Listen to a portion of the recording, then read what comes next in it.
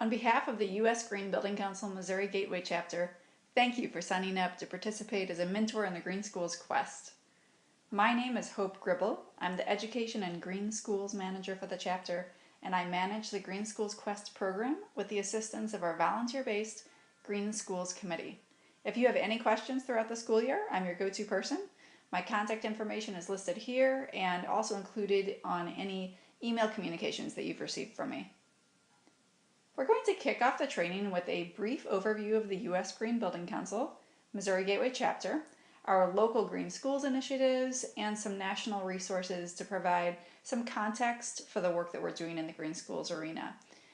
We will then dig into the Green Schools Quest, including mentor responsibilities, project milestones, resources, and important updates to the program that are being introduced this school year. And we'll wrap up with things, some examples of winning projects from previous years. USGBC Missouri Gateway is a 501c3 nonprofit charitable organization, and our work is aligned with the mission and goals of the National U.S. Green Building Council. Our chapter territory includes the majority of the state of Missouri as well as southern Illinois. We have two branches established as pictured here. The Mid-Missouri branch serves the Columbia, Jefferson City area, and the Ozarks branch covers the Springfield, Missouri area. Schools from anywhere in the chapter's territory are encouraged to participate, though the majority of participants are located within the St. Louis metro area. Our chapter has nearly 500 chapter members who represent a wide variety of backgrounds. While the majority of our membership consists of building industry professionals such as architects and engineers, our membership also includes a number of educators, members of the general public, and others who support our mission. Because we all spend the majority of our lives inside buildings, we can all relate to, work with, and learn from buildings. Each of us really plays a key role in influencing the impact that our buildings have on the health of inhabitants and the environment. So as time goes on, we see our membership base broadening more and more. Our organization's mission is to create and restore buildings and communities that will regenerate and sustain the health and vitality of all life within a generation. This includes creating healthy, sustainable schools for everyone within this generation, a goal that we're very excited to work towards with your help. There are a number of reasons why we feel it is important to focus on greening schools. One reason is the sheer number of people in the U.S. who are affected by the condition of school buildings. 25% of our nation's population goes to school every day. That does include students, faculty, and staff, as well as K-12 through college or university. And we want to improve these environments so that they're healthier to inhabit and less taxing on the environment and pocketbook. Additionally, we want to teach the next generation about living sustainably. We want for them to become a generation of what we call sustainability natives, individuals with sustainable practices embedded in their thoughts and actions. And we understand that this will then have a ripple effect as students influence their families, friends, and communities. While this training is focused on one initiative, our Green Schools Quest, I felt it would be helpful to provide some additional information about our Green Schools work here.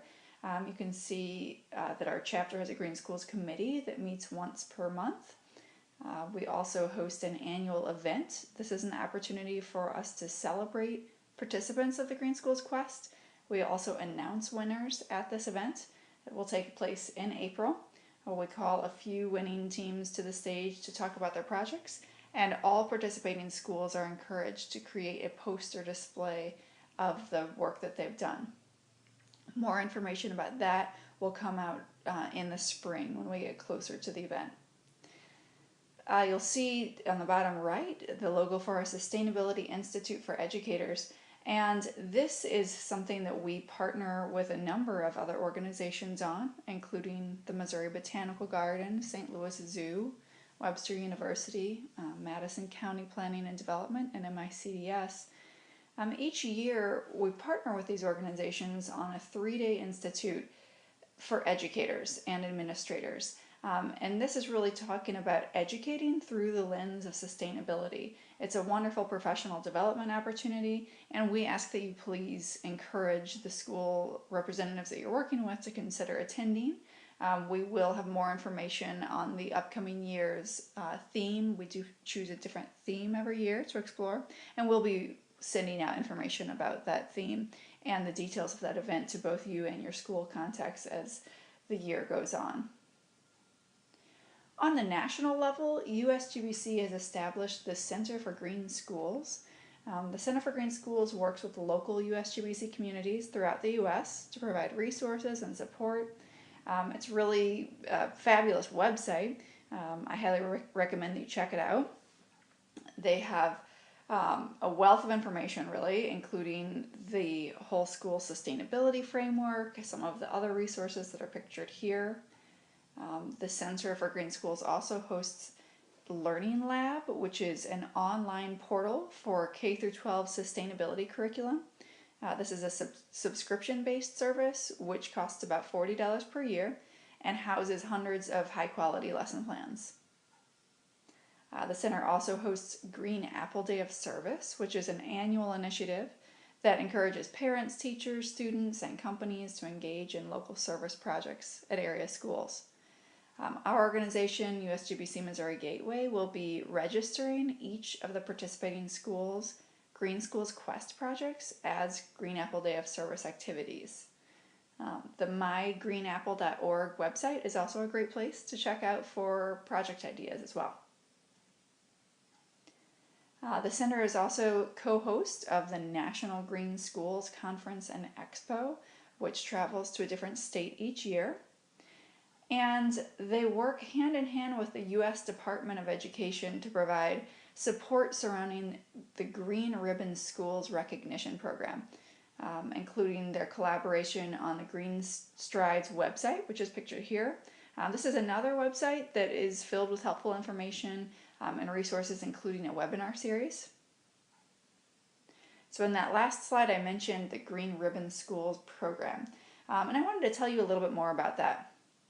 So the Green Ribbon Schools Recognition Program launched during the 2011-2012 school year, and it's modeled after the more commonly known Blue Ribbon Awards program, which recognizes academic achievement. The Green Ribbon Schools Award recognizes schools that embody exemplary practices and achievements in 3 areas. They are illustrated here on this slide.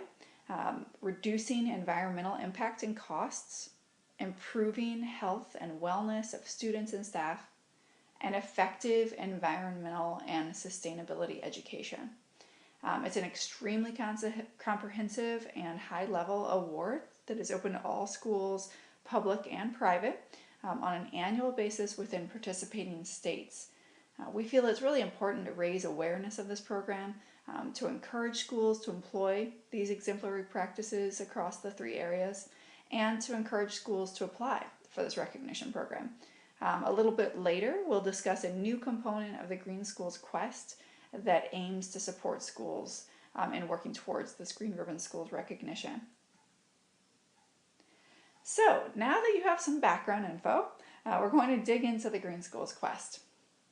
Through the Green Schools Quest, we hope to empower students and communities to be good stewards of their own environments while facilitating a connection between the green building and sustainability professional community and younger generations. We're so delighted that you have volunteered to participate in this program as a Green Mentor, and we sincerely thank you for working with us to help make every school a green school. When we say green schools, we're thinking a lot of times about these 3 different components that are illustrated on this slide. While each of the Green Schools Quest projects will touch upon the building pillar, we encourage project teams to try as much as possible to incorporate the other 2 components, community, including both the internal culture of the school, as well as the broader community and curriculum. Every school team and project is different, of course. Some are led by a teacher, in which case it may be easier to integrate that curriculum component, whereas others may be led and sponsored by a parent, in which case it might not be quite as easy to get into the curriculum, but incorporating components from these three critical areas is something that is important for you to keep in mind as you move forward with your project for any team. We've established a number of goals for the Green Schools Quest, which are illustrated here. Because each project is unique, each project will be establishing and achieving their own goals, which may include 1, 2, 3, 4, or 5 of these. Regardless, we believe that collectively we will be making an impact in each of these areas. All right, now let's dive into the mentor responsibilities. First, we ask that our mentors provide sustainability expertise and guidance at their assigned schools. Precise areas of what might be considered technical expertise are of course unique to each mentor. In some cases, the school may choose a project that is right in line with your area of technical expertise, and in other cases, they may choose a project that's outside of your technical wheelhouse.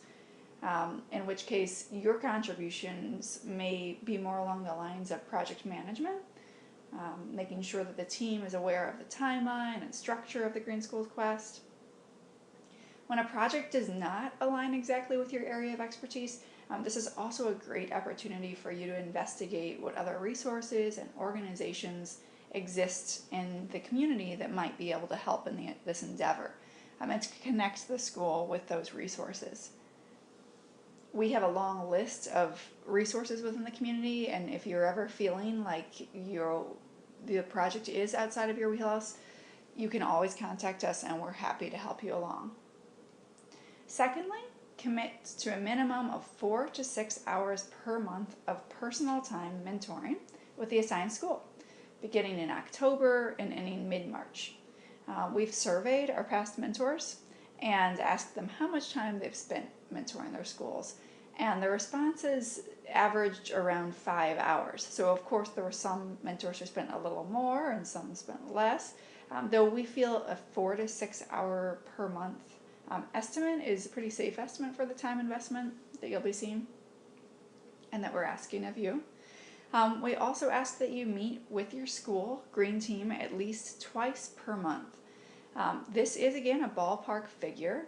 We, considering that the program takes place over a 6-month period of time, we feel touching base and meeting in person with the school twice per month seems to be a reasonable amount of time to keep the project moving along.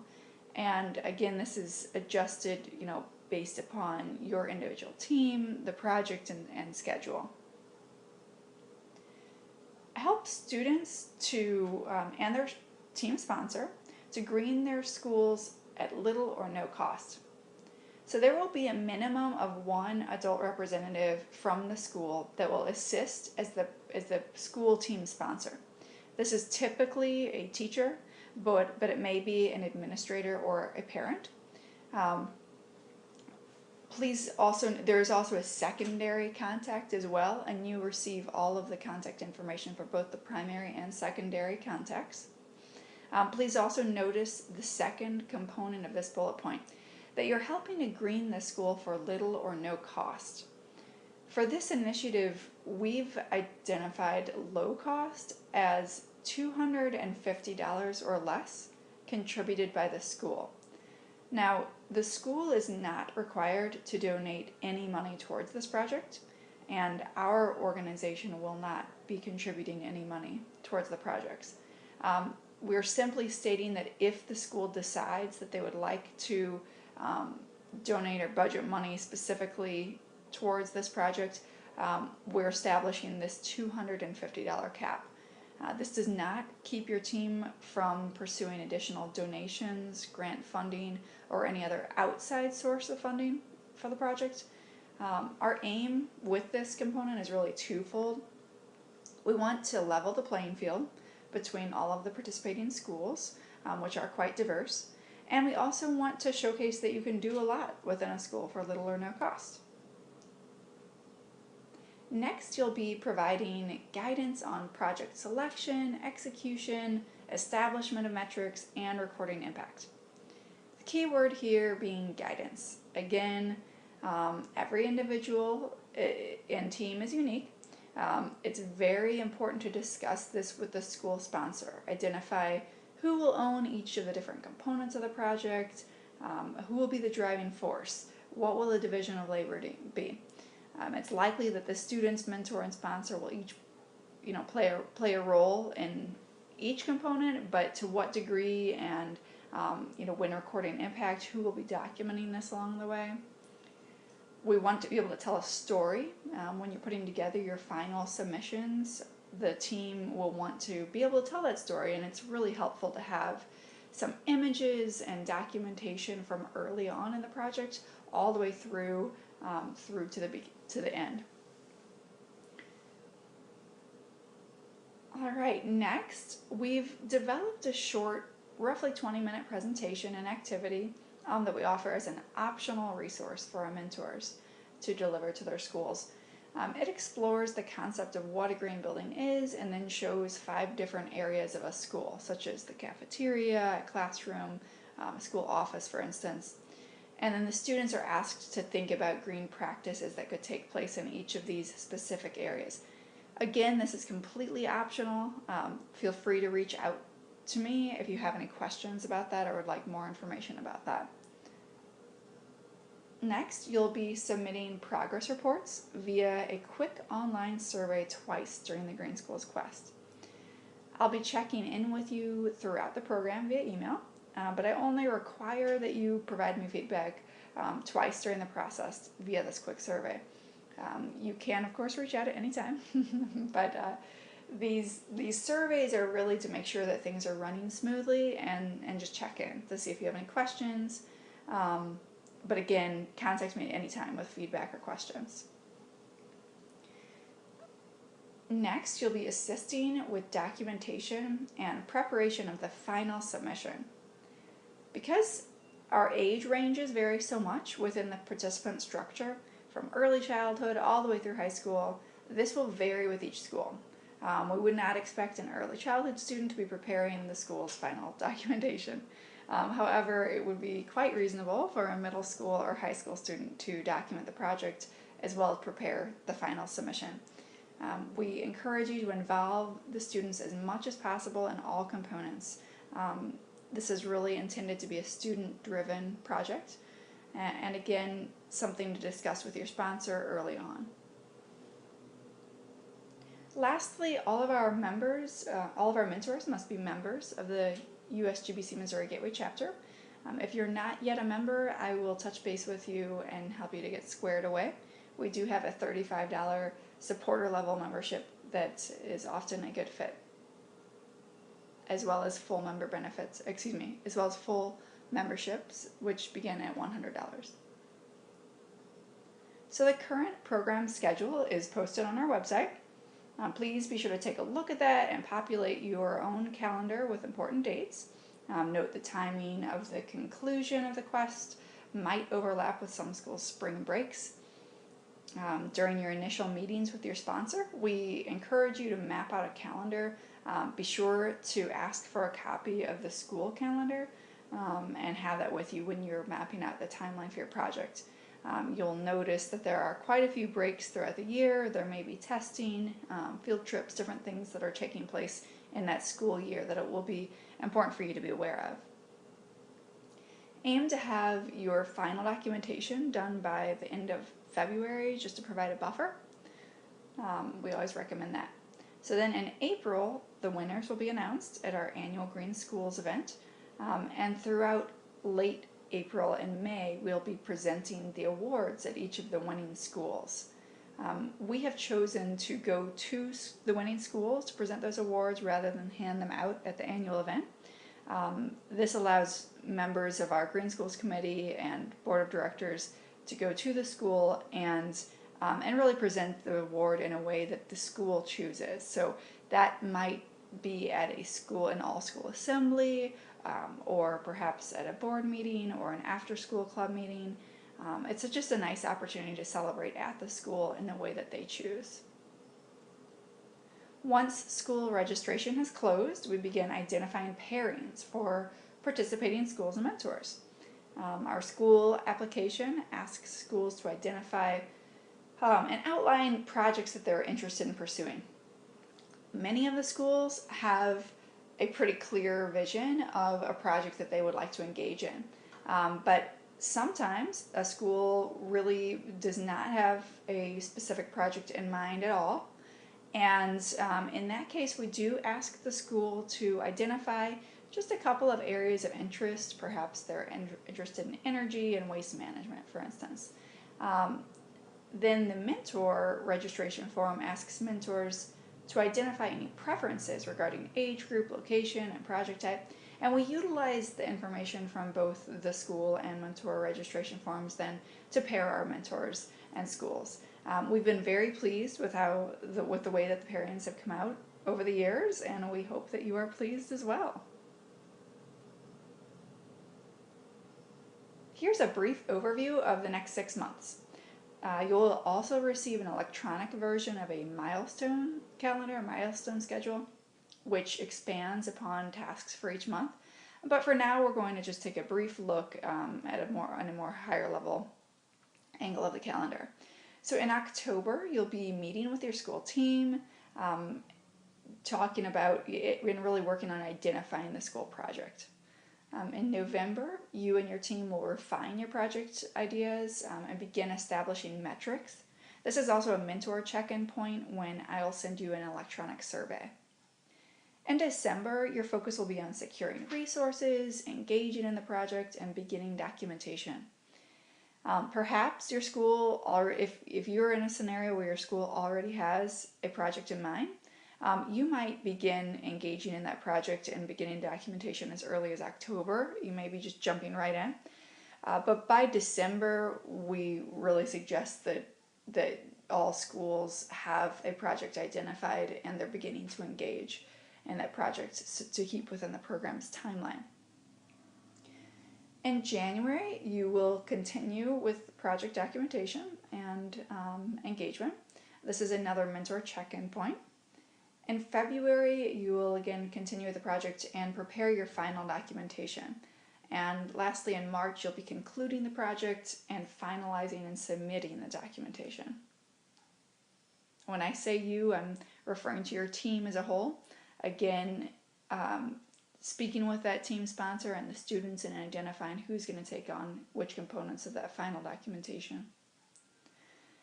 All right, I'd like to go into a bit more detail for the month of October because it's really a time period in which you're setting yourself up for success.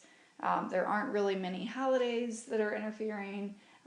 This is when you'll have your first meeting with the school, establish your timeline, and kickstart your project. We recommend setting up your first visit solely with the school sponsor. And we also recommend that as soon as you receive the email that pairs you with that school sponsor, to go ahead and reach out to them right away and start working on establishing a time that the two of you or three of you can meet.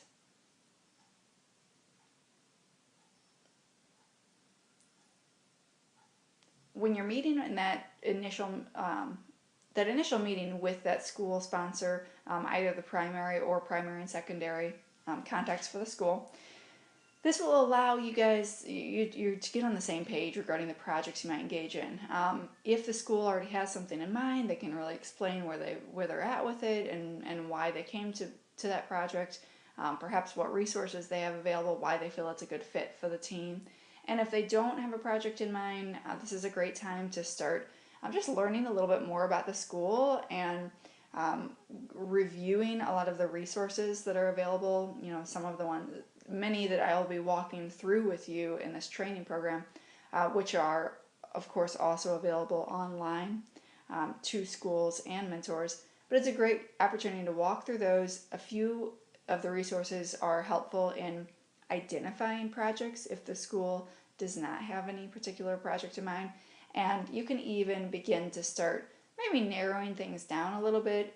It is important to involve the students in determining what the actual project will be, but it might be helpful to kind of get a gauge from that school sponsor and make a shorter list or something of that sort to bring to the students.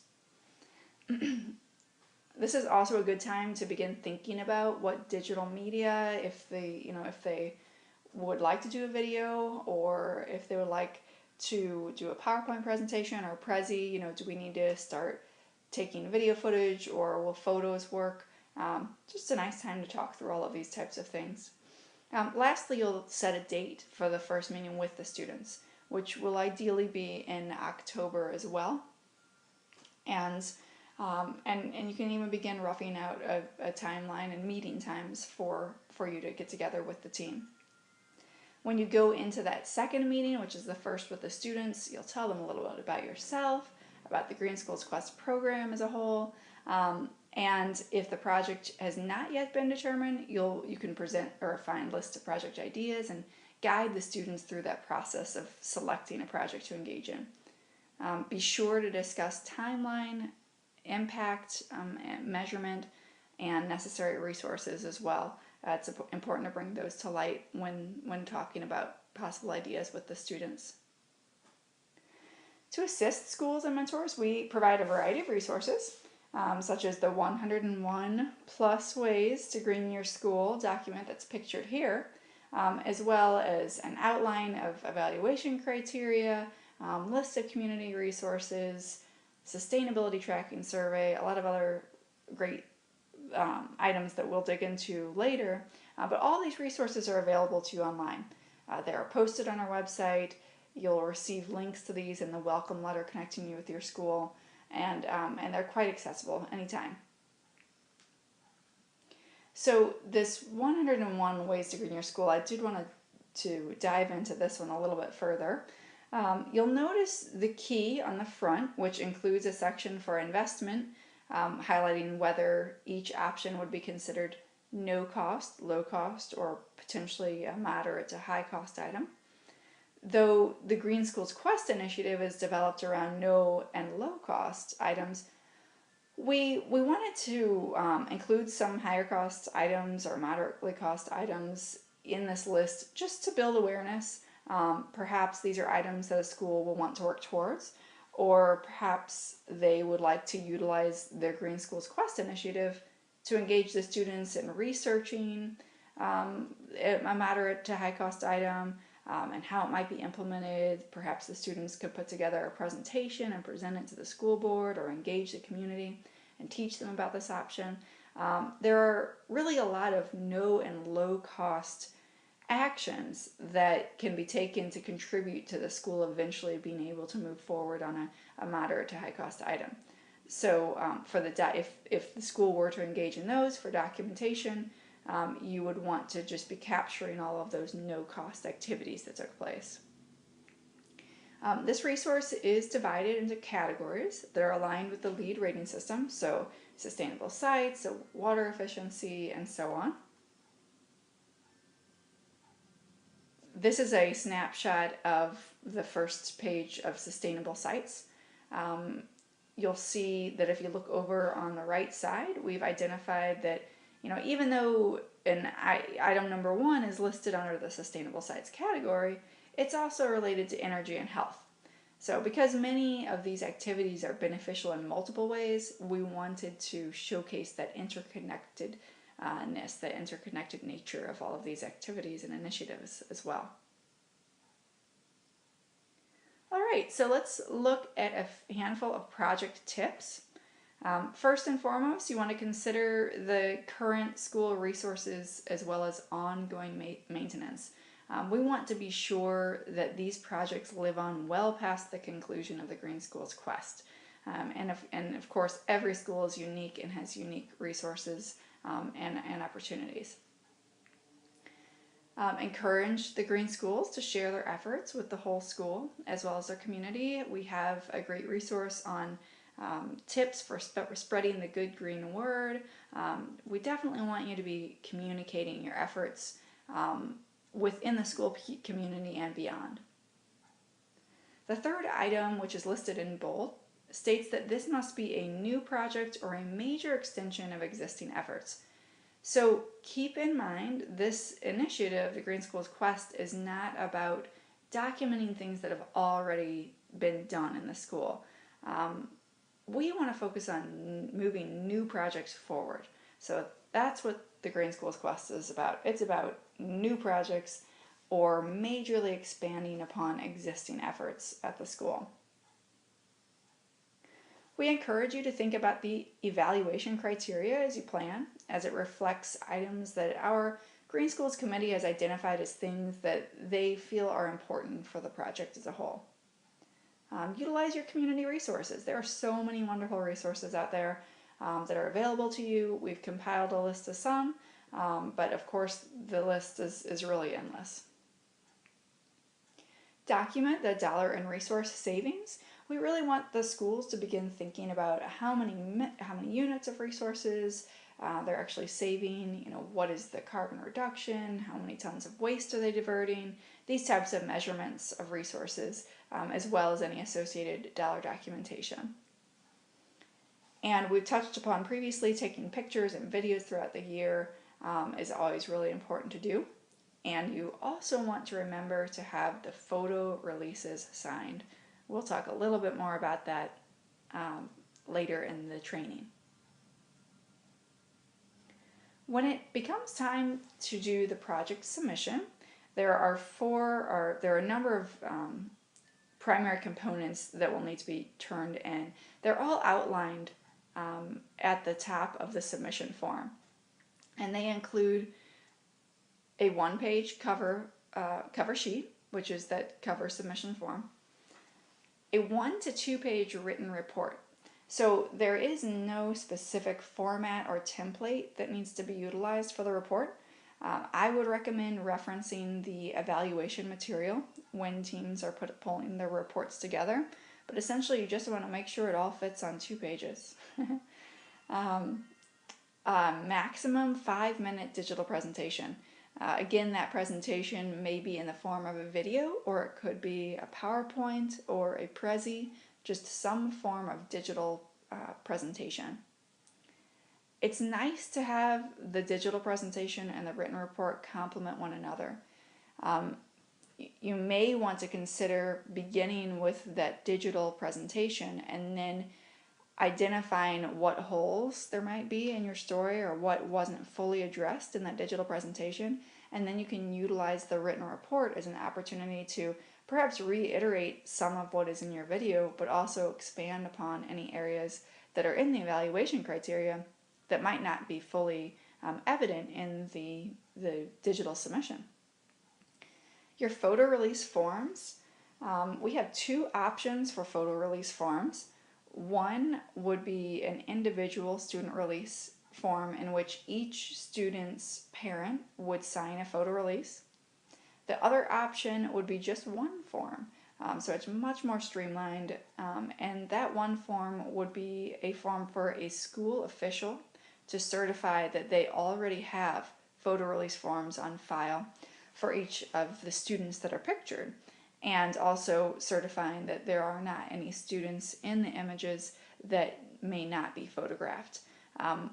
We do find that a lot of schools already have these forms on file. They're already quite aware of whether or not there are students in their classrooms that do not have photo releases, and so that they can certify that that is the case and only have to turn in one form. So those 2 options exist.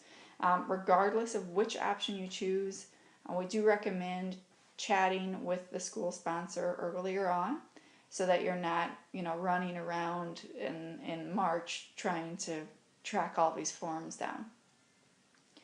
And then there are 2 new items that are listed. The first is a school sustainability tracking survey that I'll discuss more in one moment. And then we have an optional Focus of the Year award, and that there's an optional narrative for community engagement, which is the 2017-2018 focus. And that would be included with the project submission as well. Essentially, schools have the opportunity to submit a 150-word or less description of or explanation of why they feel that their project has aligned with the theme or focus of the year. The optional theme. I want to keep stressing that it's an optional theme or focus.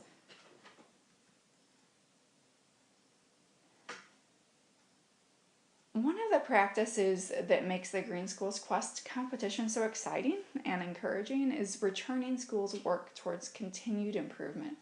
And in the same spirit of ongoing growth, our Green Schools Committee has outlined a few key changes that are being introduced this school year, which are aimed at making the competition even stronger and better than in years past. So these improvements aim to expand opportunities for recognition, improve the judging and scoring process, increase awareness of holistic measures to advance whole school sustainability, and to help our organization to more easily share and track the success of participants' projects. We're always so excited to celebrate winners of the Green Schools Quest. So one thing that has not changed is that we have first, second, and third place winners in the elementary, middle, and high school categories. Each of these winners receives a cash award and a trophy. The trophies are made locally by Third Degree Glass Studio. And in addition to recognizing these first, second, and third place winners, beginning in 2017-2018, 5 new awards will be presented with one recipient each, and they are presented across the categories. So there will be 5 awards given out, and they may be at any level, elementary, middle, or high school, but only one of each will be awarded. So these additional awards aim to recognize and reward a diverse set of competing schools, including those that continue to join the Green Schools Quest and improve year after year, as well as the rookies who are new to the program. The new awards are outlined here on this slide. The first is Rookie of the Year. So this award seeks to encourage and reward new voices in the Green Schools Quest. Only first-time participants are eligible. The Sustainability Champion Award is aimed at recognizing the ongoing dedication and continued commitment to growth of schools that have participated in the Green Schools Quest for 3 or more years. The Focus of the Year is the next award. So each year, the USGBC Missouri Gateway Green Schools Committee will designate a particular theme. Schools have the option of following this particular focus to qualify for an additional award. Those schools are not penalized if they choose not to focus on the annual theme. Themes are selected to reflect current issues both locally and globally and require an additional narrative to be included in the final submission packet. The 2017-2018 focus of the year is community engagement, and that is fully outlined on one of the resources that you will receive titled Focus of the Year 2017-18. And one interesting component of this year's theme is that community engagement to some degree is embedded in the rubric that we will be working towards every year. This just takes that community engagement piece a little bit further by working to involve members of the internal and external school community. So again, that is fully outlined and explained in the Focus of the Year resource document. The Judge's Choice Award. So many years there are participating schools that offer a contribution or effort that might be unexpected or perhaps is not reflected in the scoring rubric. The Judge's Choice Award allows the judges the opportunity to recognize deserving schools that might not be an exact fit elsewhere. And lastly, we will have an Innovation Award as well. So recipients of the 5 new awards will each receive $100.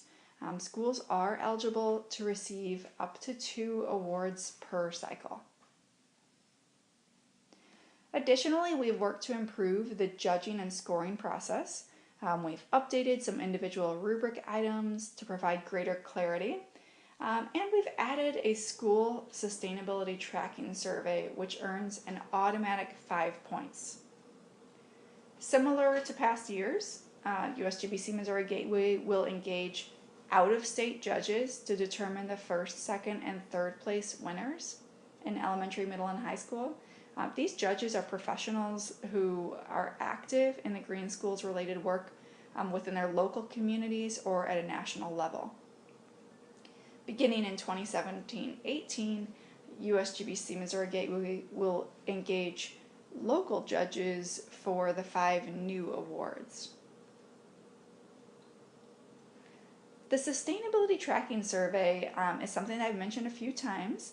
This is being introduced as a tool to build awareness of holistic measures schools can take to chart a path towards whole school sustainability. It also will help our organization to learn a little bit more about each school so that we might better serve and support school sustainability initiatives within our community. So the material in the survey relates directly to the Green Ribbon Schools Award program we discussed earlier. And it's just, with the Green Schools Quest is project-based. So you're focusing in on one individual project. Occasionally schools will do a couple of projects, but it's project-based. This tool, this sustainability tracking survey, is much broader. It is asking schools to think more holistically about some of the practices that are at place in their schools. So it's really just that awareness piece. It can also serve as a really great tool for identifying project ideas. So under the school sustainability tracking survey portion of the scoring rubric, schools receive an automatic 5 points for completing and submitting the survey, or 0 points for not completing and submitting the survey. 5 points can have a substantial impact on a school's score. So please, please, please be sure your team fills out the survey. When you dig into the survey, which is a 2-page document, 1 page front and back, it will also be available as an online survey, so it can be submitted as an online form, or it can be filled out, in paper version and scanned and turned in with your final submission material.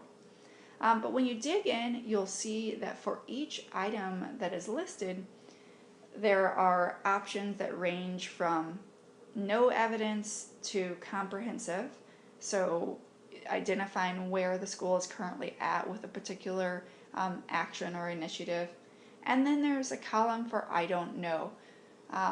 So we don't feel that we hope that this survey does not hold anyone back from those 5 points if it really came down to it and the school is not able to answer a lot of the questions or investigate some of the information. There is that option to indicate I don't know. It's also important to note that performance, as reflected in the survey response, does not affect the score of their submissions at all. So this is a 5 points or 0 points scenario just for turning it in, and however they're indicating that they're performing has no impact on any portion of the rubric at all. Performance does not. Lastly, the submission cover sheet has been revised to include an updated list to include in your final submission, which we reviewed a little bit earlier. It also includes a new section for project title and summary, and prompts for budget and funding resources if applicable. So of course, if this is a no-cost project, there would not be any budget that needs to be outlined, but we are requesting, if there is a budget involved in the project, to just provide a little bit more information about that. And if the school did receive any outside funding, such as grants or something along those lines, we do ask that you just notify us of what grants, and that will really help to build our awareness of some additional resources that we might share with other schools in the future. We are able to sustain this program and provide these awards and cash prizes because of the support of our annual Green School sponsors. These sponsors really support our year-round Green Schools initiatives, so all of those initiatives that I outlined towards the beginning of the training, thinking about our chapter's involvement with the Sustainability Institute and the annual event and our Green Schools Committee's work, and really the flagship being the Green Schools Quest program. I would like to recognize our 2017 and 18 Green Schools champions, which are Ameren, Missouri and St. Louis County Department of Public Health, and our 2017-18 Green Schools supporters, which are Innovative Technology Education Fund and Madison County Planning and Development. We sincerely appreciate their support and the opportunity for us to be able to pass along the cash awards and trophies to each of the winning schools. We're winding down in the training here. There are just a few additional things that I wanted to bring to your attention. On the left of this screen, you'll see an image of a participant decal. This is a static cling that's roughly 10 inches in diameter that each school will receive. We pass these along to our mentors to bring to their schools, and we encourage schools to place their decal in the window at the front of their school. There is a smaller decal that has the year of participation that can be displayed next to the large decal. So as schools participate over and over, they'll add these smaller stickers that represent the years that they've participated. I mentioned earlier that all of the resources are available to you electronically. Now is a great time for you to dig into those resources. Please do open the Google Drive folder or visit our website to gain access to the digital files. I particularly encourage you to take 15 or 20 minutes right now to open up some of the final submissions from past winning schools. If you have already been notified of the school that you are being paired with, you might want to zero in on winning schools that are aligned with that participant with the school's category. So elementary, for instance, or middle or high school. You might want to zero in on the submissions that are aligned with the age group that you're working with. They really are truly astounding and inspiring. Watching these videos, going through the PowerPoints, looking at the materials, digging into the written reports, this will all help you to gain a better sense of what the end goal is for documentation. And it will hopefully also get the wheels spinning on how your team might approach doing documentation or just project ideas as a whole. We also send a welcome letter to each participating school electronically, which includes all of these resources and encourages them to also look at these final submissions from past winning schools. I would encourage you to, when you meet with your school, ask them if they have taken a look at some of those final submissions. And sometimes it might be fun to even show a few of those to the students to get to kind of kick off the event as well. It can be a really fun activity. So I also, in addition to those winning submissions, schools that have provided a video that is posted on YouTube, we've collected and posted all on our YouTube channel, so you can check out the YouTube channel to see additional ideas. And we have links on our website to summary documents for each year of the quest. So this is the 2017-18 school year marks the 5th year of the program, and we have documents from the last 4 years that provide a little brief summary of each of the projects that took place during that year. Also a really great go-to resource for gathering ideas. So thank you so much. Thank you for participating. Keep in touch. Let me know if you have any questions at all throughout this whole program. We think you're going to have a lot of fun. The students bring a lot of enthusiasm and creativity to the projects, and we are so grateful that you're participating, as this program would not be possible without all of the amazing mentors that volunteer their time each year. So thank you so much.